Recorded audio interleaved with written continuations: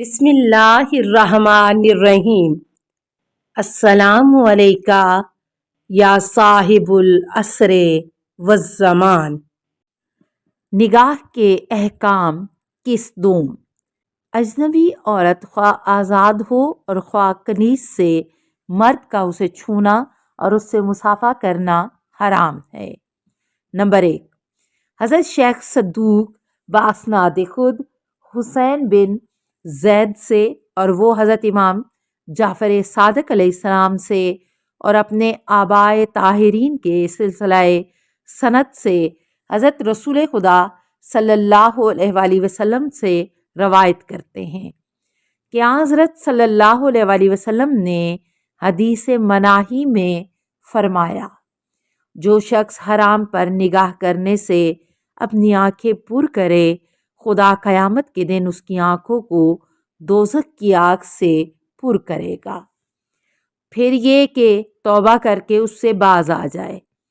نیز فرمایا، جو شخص کسی ایسی عورت سے مصافحہ کرے جو اس پر حرام ہو تو وہ خدا کی ناراضگی کا مستحق بن جاتا ہے، اور جو کسی ایسی عورت کو گلے لگائے جو اس پر حرام ہو تو خدا اسے شیطان کے ساتھ ایک زنجیر میں جکڑ کر جہنم میں پھینکے گا۔ الفقیہ۔ نمبر 2، جناب سعید بن ہبۃ اللہ راوندی ابو الخمس سے روایت کرتے ہیں، اس کا بیان ہے کہ میں مدینہ میں ایک گھر میں ٹھہرا ہوا تھا، وہاں ایک کنیز موجود تھی جو مجھے بہت پسند تھی۔ ایک رات جب میں نے دروازہ کھٹکھٹایا تو اس کنیز نے دروازہ کھولا تو میں نے اس کے ہاتھ پکڑ لیے۔ جب دوسرے دن حضرت امام جعفر صادق علیہ السلام کی خدمت میں حاضر ہوا تو امام علیہ السلام نے فرمایا، جو کچھ تو نے گزشتہ رات کرتوت کیا ہے اس سے بارگاہ ایزدی میں توبہ کر۔ الخرائز والجرائع۔ نمبر 3، اسی کتاب میں بعینی ہی اسی قسم کا ایک واقعہ میزم اسدی کی زبانی مروی ہے۔ آخر میں ہے کہ جب وہ دوسرے دن حضرت امام جعفر صادق علیہ السلام کی خدمت میں حاضر ہوئے تو امام علیہ السلام نے فرمایا، کیا تمہیں معلوم نہیں ہے کہ یہ امر ولایت اہل بیت کے عقیدہ ورع و تقوی کے بغیر تام و تمام نہیں ہوتا۔ ایزن۔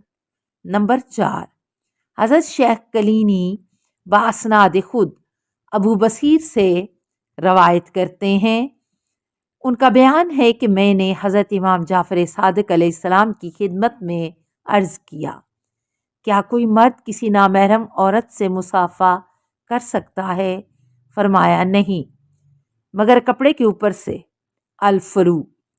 نمبر 5، سما بن مہران بیان کرتے ہیں کہ میں نے حضرت امام جعفر صادق علیہ السلام سے مرد کے عورت کے ساتھ مصافحہ کرنے کے بارے میں سوال کیا۔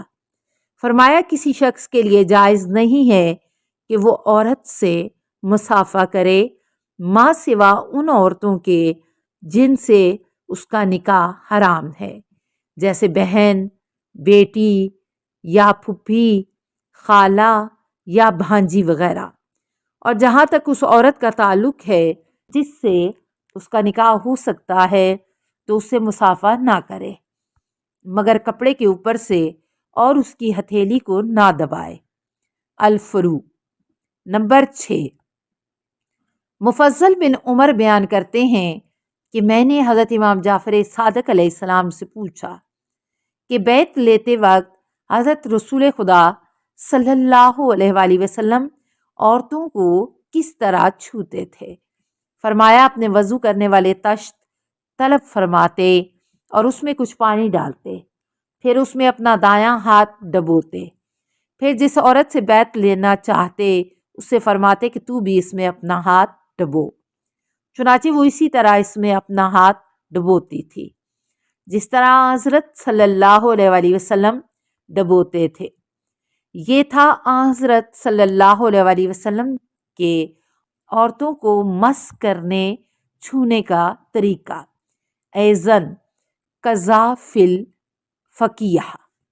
نمبر 7، اس قسم کی ایک اور حدیث کے آخر میں بروایت سعد بن مسلم حضرت امام جعفر صادق علیہ السلام سے مروی ہے، فرمایا حضرت صلی اللہ علیہ وآلہ وسلم کا دست مقدس اس سے کہیں زیادہ پاک و پاکیزہ تھا کہ وہ کسی ایسی عورت کو مس کریں جو ان کی محرم نہ ہو۔